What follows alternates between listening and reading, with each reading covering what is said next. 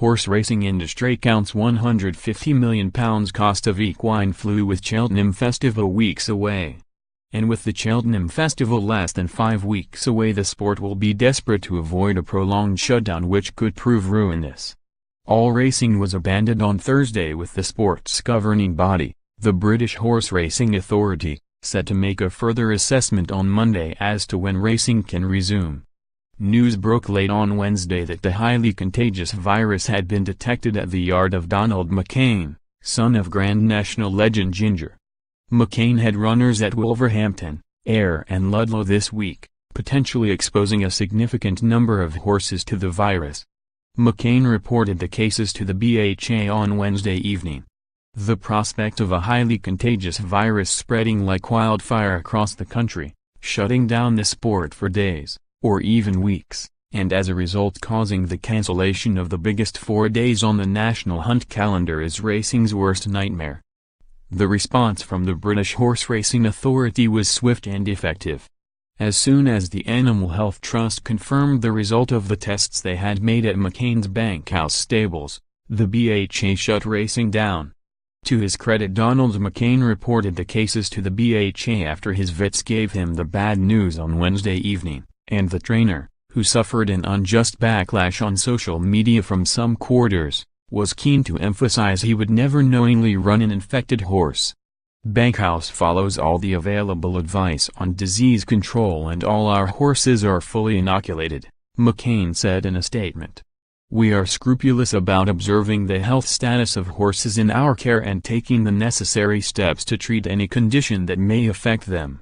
The BHA agree, adding, he has acted professionally with the interests of the racing industry and the health of his horses as his priority, said BHA Director of Equine Health and Welfare David Sykes.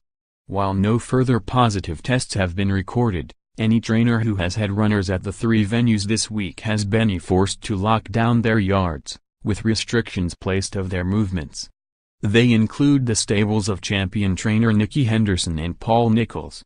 More than 1,000 horses are currently being tested. The 2 horses that ran at Ludlow yesterday were taken out of the yard straight away at 7 a.m. this morning, well away from 7 barrows, and are isolated on their own away from everyone else, said Henderson. We've had to take serious measures to ensure all of our horses are healthy, so I have a team of 6 vets coming to 7 barrows at 6 a.m. to take nasal swabs from every single horse in the yard. We will transport the swabs to Newmarket ourselves, so they will be in the lab as soon as is humanly possible, which means we should get the results extremely promptly. Henderson trained some of the major players due to run at the festival next month, including reigning champion chase star Ayr and dual champion hurdle hero Wolverhampton, who will both have to be tested. Henderson said, the likes of Ayr, Wolverhampton, Might Bite, Top Notch, Birchdale et al. All live pretty much next door to each other and are perfectly alright, but they will all get swabbed like the rest of the squad. We've got to accept it will take some time before we know the results, but things like this mustn't be rushed, so we just have to sit and wait until advised what the next step will be. The outbreak has prompted echoes of the foot and mouth crises of 1967 and 2001. On each of those occasions, racing was put on hold for 2 months. And in 2001, the Cheltenham Festival was abandoned. There are less than 5 weeks before this year's festival, which is due to start on March 12, and leading industry experts suggest the loss of the 4-day meeting could cost the sport more than £200 million in lost revenue through the course, betting and hospitality. Understandably, the BHA are keen to eliminate the threat of the festival being aborted, hence their rapid and precautionary approach to the issue. In the meantime, a bumper weekend of Cheltenham trials and big races scheduled at Newbury, Warwick and Musselburgh on Saturday have also been lost. Musselburgh had already been forced to cancel a previous Cheltenham trial meeting due to bad weather. Cheltenham Gold Cup hero Native River and King George winner Clondale Oaks were both due to run in the Betfair Denman Chase at Newbury, but the race has been earmarked for a possible move to Ascot next Saturday.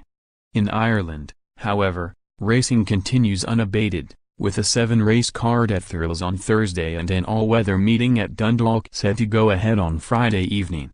Both weekend cards at Nas and Punchestown are also unaffected, although British-trained horses are not currently permitted to travel to Ireland. Top Irish trainer Gordon Elliott sent 5 horses to Ayr on Wednesday, but fortunately was able to place his horses into an isolation yard before they returned to his stables, after they had returned to Ireland. As a result, he continues to have runners in his home country, including at Thurles on Thursday. The horses we ran at Ayr never came back to our yard and instead went to a non-racing isolation yard that is about 25 minutes away from where we are based, Elliott said.